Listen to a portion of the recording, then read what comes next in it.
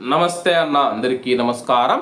ఇరాన్తో యుద్ధం మొదలైనప్పటి నుంచి Kuwait cabinet నిరంతర సమావేశాలు నిర్వహిస్తామని చెప్పి ప్రకటించిన విషయం అందరికీ తెలిసిందే.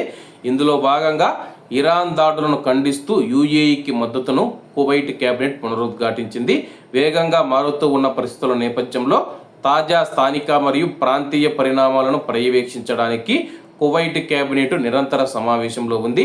కువైట్ మరియు ఈ ప్రాంతాన్ని ప్రభావితం చేస్తూ ఉన్న ప్రస్తుత సైనిక మరియు భద్రత పరిణామాల దృష్ట్యా సంసిద్ధతను అత్యున్నత స్థాయికి పెంచడానికి, కువైటీ పౌరులు మరియు ప్రవాసుల భద్రత నిర్ధారించడానికి మరియు అన్ని నిత్యావసరాలను భద్రపరచడానికి తీసుకున్న చర్యలపైన మంత్రుల నుంచి అందిన బ్రీఫింగ్లను మరియు ప్రభుత్వ ఏజెన్సీల నివేదికలను కువైట్ క్యాబినెట్ సమీక్షించింది.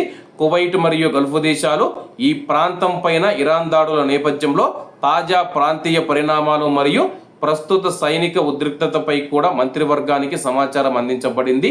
పౌర ప్రాంతాలు, కీలక మౌలిక సదుపాయాల లక్ష్యం చేసుకొని సోమవారం యుఏఈ పైన ఇరాన్ జరిపిన దాడులను కువైట్ తీవ్రంగా ఖండించింది.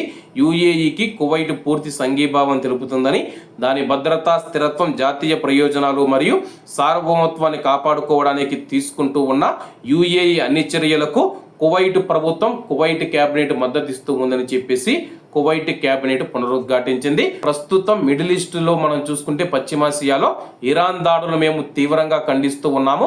ఇరాన్ వెంటనే దాడులు నిలిపివేయాలని చెప్పేసి కువైట్ అయితే ఆగ్రహం వ్యక్తం చేసింది. కాబట్టి అందరూ బాగుండాలి, అందులో మనం ఉండాలి. అందరికీ నమస్తే అన్న, జై హింద్.